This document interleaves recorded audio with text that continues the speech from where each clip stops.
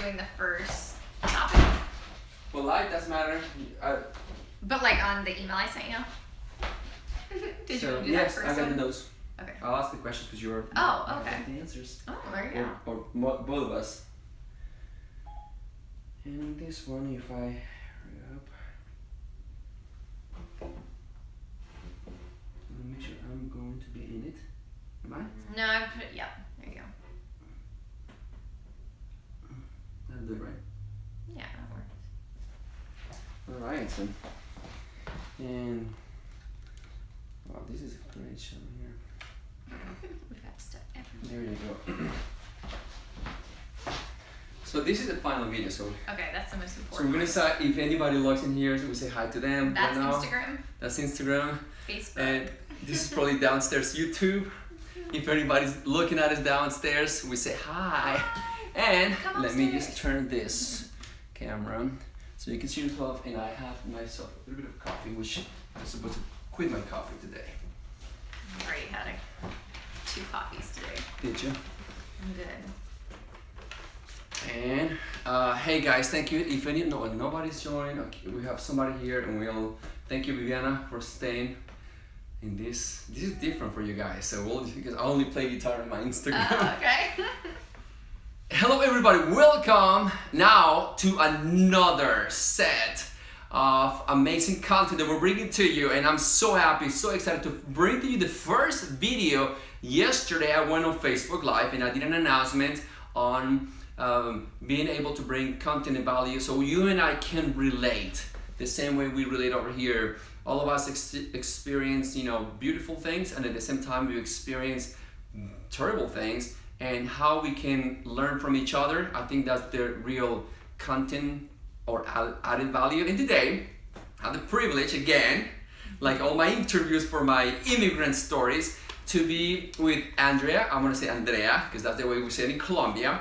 And she is my co-host. So for those who don't know, again, could you give a little bit of feedback on yourself, your background, and then we're gonna go to the meet and greet of with the content that she prepared for you guys. Sure. So my name is Andrea. I am the principal of Andrus Communications, which is a marketing and PR firm here in Houston, Texas.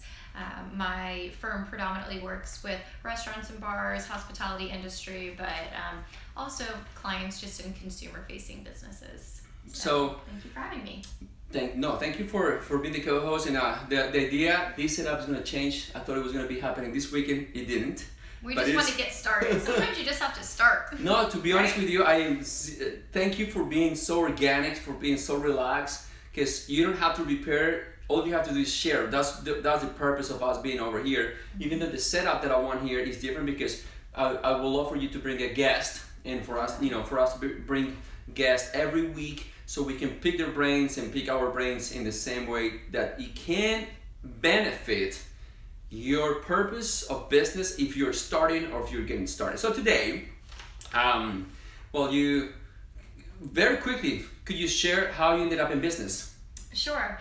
So I have always been in the marketing industry, and I worked in corporate America for right about 10 years. Big companies, small companies, but always corporate setting.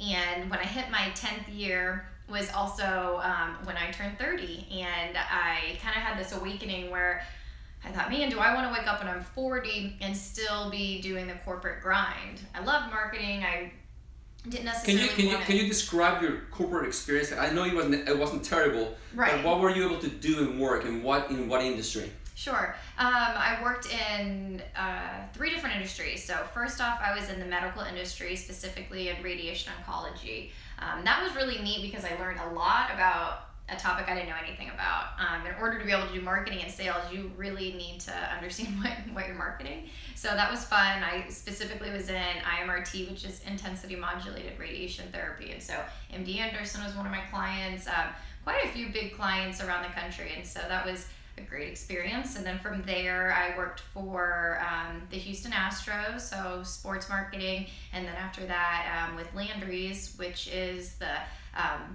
United States' largest privately owned restaurant hospitality company, and they have over 500 restaurant locations. So let me get this straight. You actually worked for in the medical field as an employee, right? And then you start working for the Astros as part of their team. Yes. Okay, for the sports marketing. And also for Landers directly with them, not for them, but directly. Okay, Landers, for those who don't know, there's an owner of that place called Tillman Fertitta. Which is the billion-dollar buyer you've probably seen on CNBC, I think it is. And he's from Houston, Texas. Yes. We're happy to have a billionaire in our city.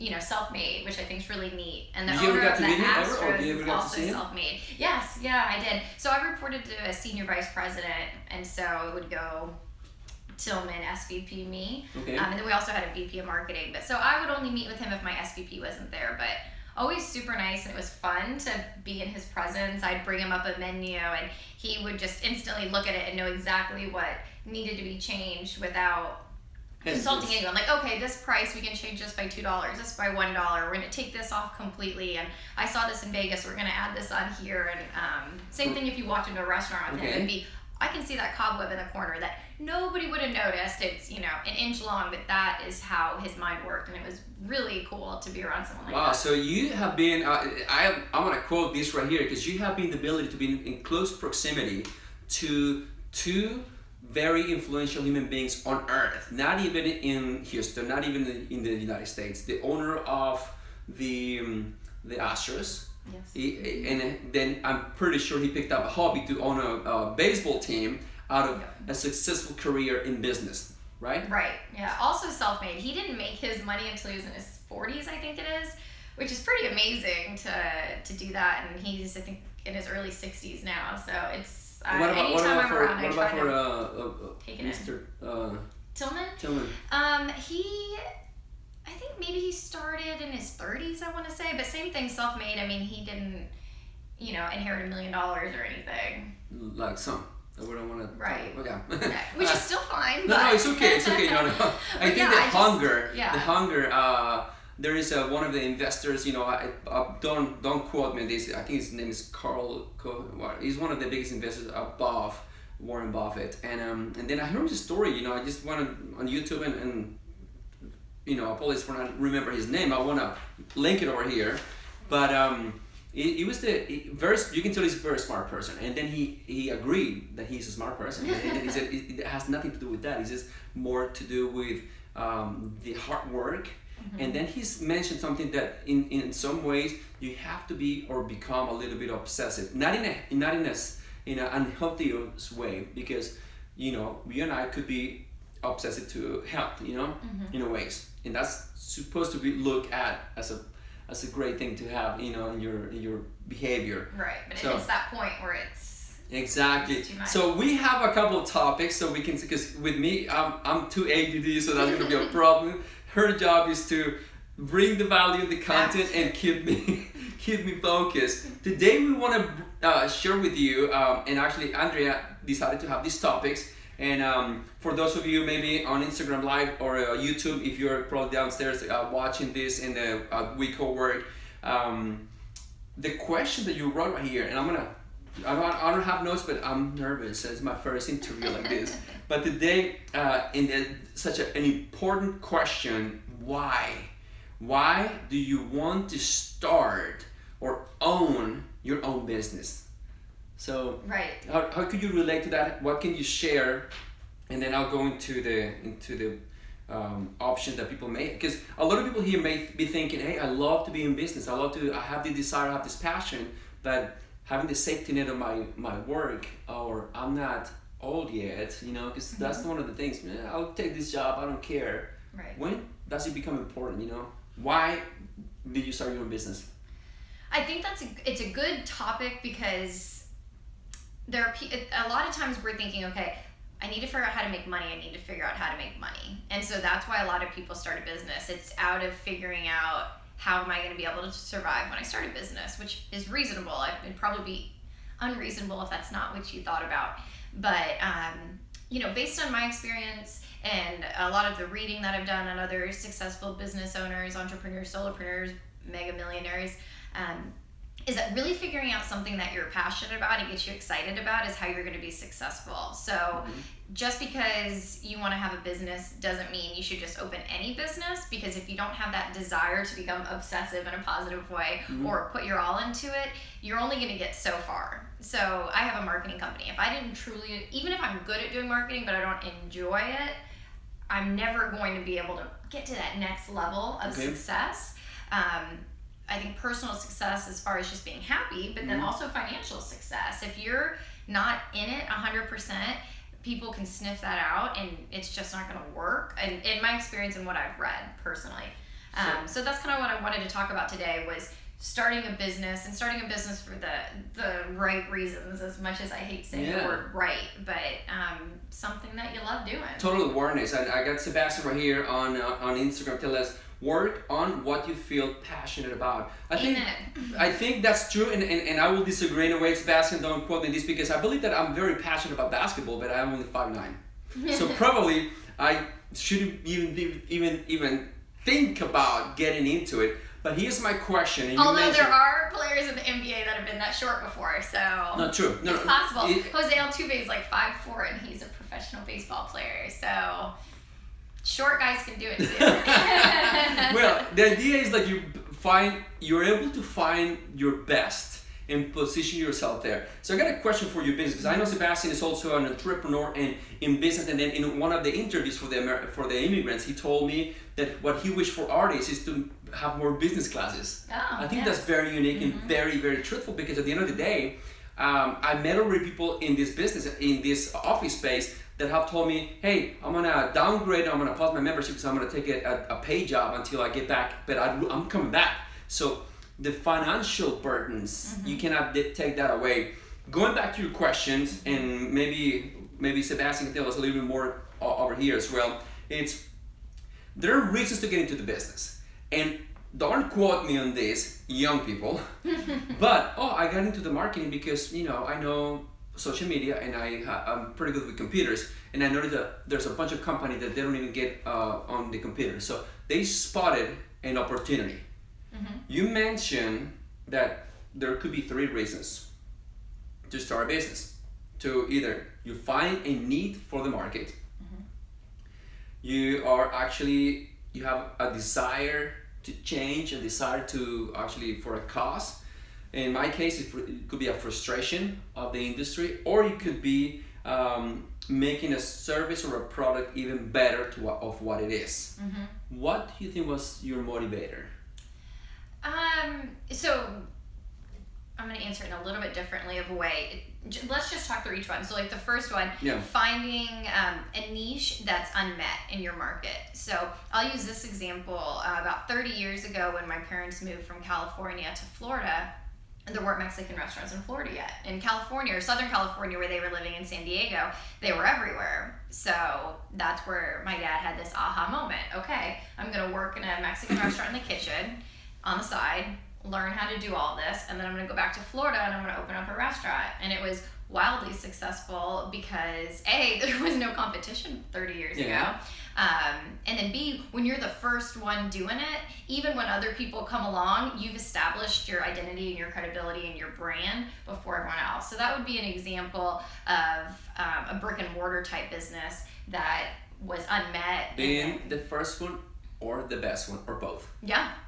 So as far as unmet. Yeah, an unmet need, which could be what young kids are finding. Hey, I know how to left and right computer, social media, and these guys don't know, and their businesses can benefit from what I know. So that could be an option. Yes. Then you also wrote a burning desire of. Yeah. So if you mentioned health earlier, maybe you get up every single day and the first thing you're thinking about is, I want to go to the gym, or I need to make my green juice, and you're walking around during the day and you're seeing people that could benefit from the same type of lifestyle that you live, and that's what you're thinking about all day. Then maybe you want to become a health coach or a fitness instructor or something in that realm, because that's just really burning within you. And there are tons of examples. You may be passionate about animals. I mean, it could be anything, but if it's just burning in you, I think that's a really great base to figuring out a potential business. Wow. I mean, I think that's the timing could be a factor, right? Because this is my personal opinion. You may disagree with me. Let me know right now. But you cannot become a coach until you've done it. That's my opinion. And then I've noticed a lot of people that are getting to, I really like to help people. I'm really good to connect, to listen, to talk, to bring ideas to them. So why do you have to build an empire before I can tell you how to do it? What's your opinion? Me is like, no, you better get in shape, get in that competition, do the bodybuilding, and then come and tell me how to do workout. Right. So what's your opinion? I mean, I kind of agree. I think it'd be hard to get people's buy-in. You know, if you are saying, hey, I'm a successful business coach, but you don't have a business yourself yet, I think that credibility is harder to get across to your potential customers. I don't think it's impossible. I mean, everyone has to start somewhere, but you know, it would be more difficult. Okay, no, I just wanted to hear if you believe anything differently on Instagram. Let us know. I don't know. This is the first time we do YouTube Live, so I don't know how it's working. This is the very, very first time. I know they're watching us downstairs. Now, to continue to cover, you also propose that you should be probably clear since day number one on what kind of business are you getting yourself into.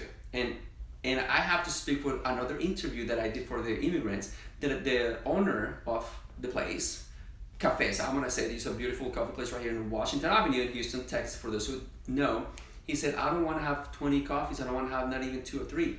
I want to have the coffee place that even when people come from New Orleans or Dallas or New York City, they will say, I need to go to Cafesa. So that's a totally different business structure. When you talk about scaling small business and micro, can you share with us a little bit on that? Yeah, so there's typically like 3 types of businesses that people have. So you have like a large corporation, small, and then a micro business, or where like you're a solopreneur, so you're the only person employed by your business.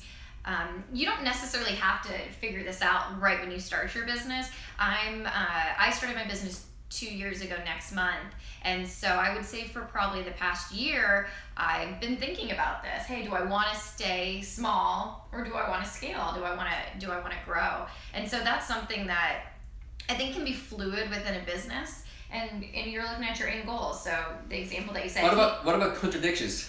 What do you mean? Yeah, we all want the big business, but we don't want to go through the pain. Because I don't know if we all do want the big business. Or let's say a lot of us want the big business, but then I want to travel, I want to be free. And I guess what happens when you start scaling, the more you start doing it, the more yourself is required to be in the presence of business. So, for instance, I know you're a world traveler, you travel. At this particular point, your business is so scalable that you're able to deliver because of technology, right? Smart technology also, not only the computer-based and email allows you to deliver your work, but do you think you'll be able to continue to do your client acquisition being abroad, being elsewhere? It would be very difficult because I'm the salesperson for my business as well. So it's just me, and I have a demo coordinator here. So I have a marketing company. I also have a demo business. And so the demo business is based in Houston. All my clients are in Houston. So that particular business will always need somebody here in Houston to manage it.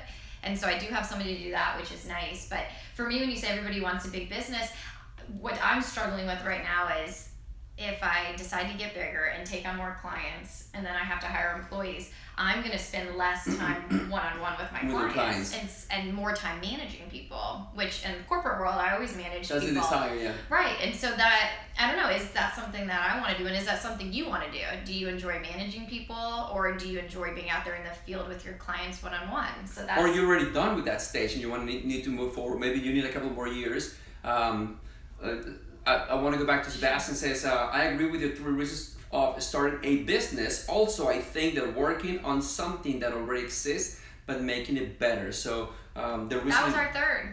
Yeah. I agree, Sebastian. Yeah, thank you, Sebastian. I appreciate for the input. And going back to this scaling a business, I think it also goes with the stage of life that you are in. Because maybe when I was a realtor, because I was a realtor, and I'm not going to say that I'm not a realtor any longer, but I don't really do the processing. I don't really do the transactions any longer, because I am more passionate about building teams or scaling. It has become more interesting to me now. But at a time, I will just like on a spreadsheet, I will figure out how much money I will gonna make, how much fun I will have with all my clients, and at a time it met my needs. So I agree with you. Right. And then Sebastian just said, for example, he wants to work on renewable energies, but make them affordable for third world countries. So first of all, that's very noble of you, Yes. and wonderful, and absolutely, that's definitely a niche, and you would be improving upon it. And what's nice is there's some foundation that would already be laid for you, so you're not having to create everything from scratch, which is how nice. important. Okay, now let me get back to the why, because this is so important. Obviously, people go on YouTube, people listen to all these extra amounts of information like what we're doing right now. Possibly we're trying to connect the people in locally. That's our main goal, but we're doing it through the internet. That allows it to be everywhere at all given times.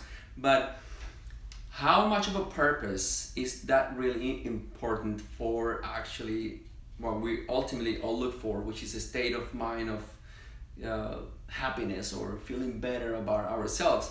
Do you think just going into a business and thinking about money, numbers, clients, outcome, and then buying is gonna make you fulfilled? Or do you are really coming, in your case, in marketing, to bring something new to the industry or to one person? I don't know if I understand your question. No, my question is like, are you looking through your business to impact people's lives, and how?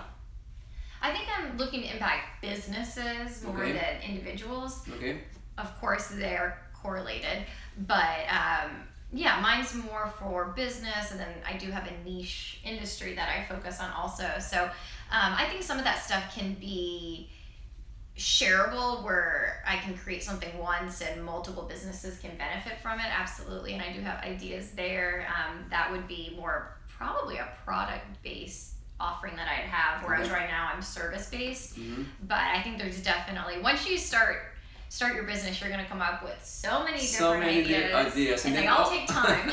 And also so many other businesses around your business. Yes. That's one of the weaknesses of takers, or people that actually go and do more. Too many ideas floating around, and staying focused is one of the main priorities. It's hard. I own 2 businesses now, and then how many do you have? 3. So I mean, that's... 3, and this is not even counting on... Yes, this is fun right now, but it's definitely... So the reason I ask you that is because over here at We Co-Work, sometimes I've already 3 or 4 companies coming with a romantic portion of it, and I think that's very important, but you gotta get down to business, you know? And then I listen to you, you're more a center, you're like, yeah, I'm helping businesses make money, because at the end of the day, as Peter Drucker, one of the biggest theorists on business administration, he says, at the end of all these courses for 5 years, he says only 2 questions matter if you're a business owner. What business are you in, and how is business? Yeah. So what business are you in? I'm in the marketing industry, and how is business? Business is good. Business is good. Business is good, meaning you have cash flow, you're doing sales, you're doing client acquisition, retention, maybe expansion, but also, I have to say this, he also says that the blood for any company is always constant innovation and marketing. Those 2 together, and that's constantly marketing. Y'all heard that? No, so you can do all the marketing, but you also have to innovate. Yes. But if you don't innovate, but you don't tell people, you also, we say you'll die. So now, I think we're on we're good at time. Wow, our budget is 25 minutes, so we're getting there, and. To end this little window of we're sharing and caring for you guys and for us, so I'm having a blast over here.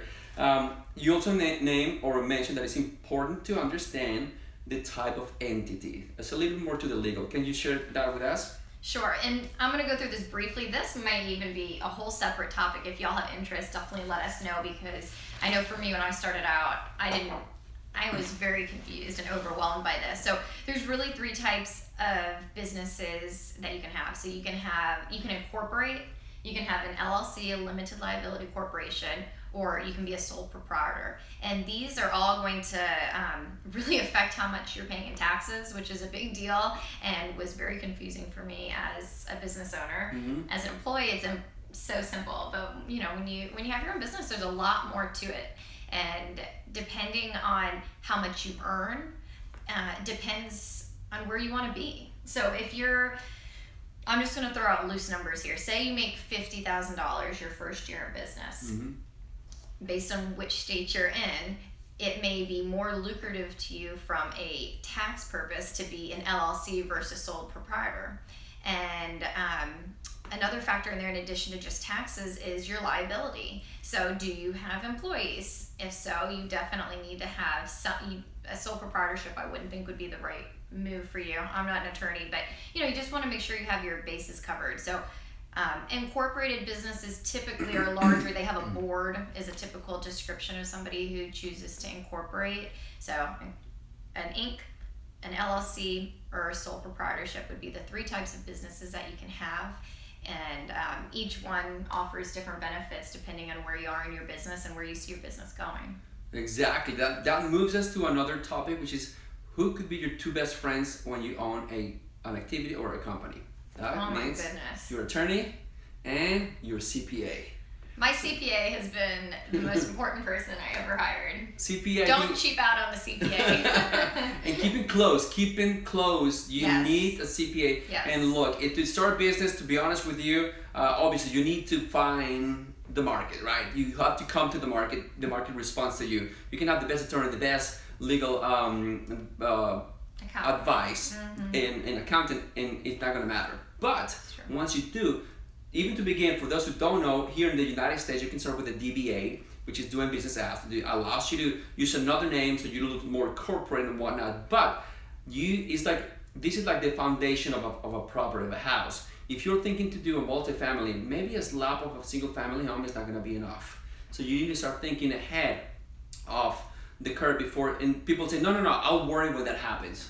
And that's, costs more money eventually down the road. So you are 100% sure. And some people have told me, I have no desire to be in partnerships. I have no desire to be, and they make great income. I've seen them working by themselves from a laptop or from phone, or doing the hustling on their own. But the type of entity that you decided to do is, I think it's at the beginning, is a very crucial point, because this could be also, if you decided to get into a partnership, how you could elaborate your in and exit strategies. Understand, if you are in a opportunity business where you're in and out, a lot of the real estate people get into joint ventures, and they go one deal out, close out, and they close the joint venture, go to the next one and reopen a new one. If you're for the long term, if you're scaling, or if you are, and understand what kind of business you're in. If you're in the lifestyle, are you in the product service, or are you in a what we call the flip, or the in and out strategy? A lot of people are in that business only. They only care for buying, capitalizing, and getting out. And that's not what I think we're doing here. So, wow, the topics have been incredible, and thank you so much for bringing this over here. We look forward to bring to you guys every Tuesday. We started on Monday because of my work schedule, and so that is our goal though. Tuesdays, and things are just going to change. We're business owners, and we need to have a little fluidity into exactly. We want to be consistent, but we don't want to be slaves. So thank you everybody who's joining us over here. Thank you, Sebastian, great artist from France, whose studios is right here. Works a lot with the city of Houston and whatnot, the Midtown Association. You guys, I don't know if Raul did me a favor because I didn't see anybody on the downstairs, but I'll talk to him. I need to do proper training. And you guys, winging it today. You guys and you too, thank you so much. If you believe that this is something to content, this is the very first series that we started. I appreciate you saying yes. We're going to bring also co-host. For instance, I'll give you an example. We can bring an attorney. I know all of us have friends, and then maybe they can come and give an overview, because attorneys don't like to give advice because they're legal binded. So risk. We want your feedback. We covered a lot today, and I think almost everything we talked about we could spend an hour on each. So on each one. So if there's anything that really resonates with you, or you're really having questions about, we want your feedback. So subscribe to the channel, like the channel, and we'll see you next week. And I'll make sure that Andrea's also company and information and Instagram is going to be linked. Thank you so much this is our first one, so we're here, but it's getting better. It's going to get just nothing but better. Instagram, thank you so much. Sara, come stai oggi? Mi manca la Roma, mi manca il tuo paese. And YouTube live, thank you guys. We'll stay tuned. Bye bye.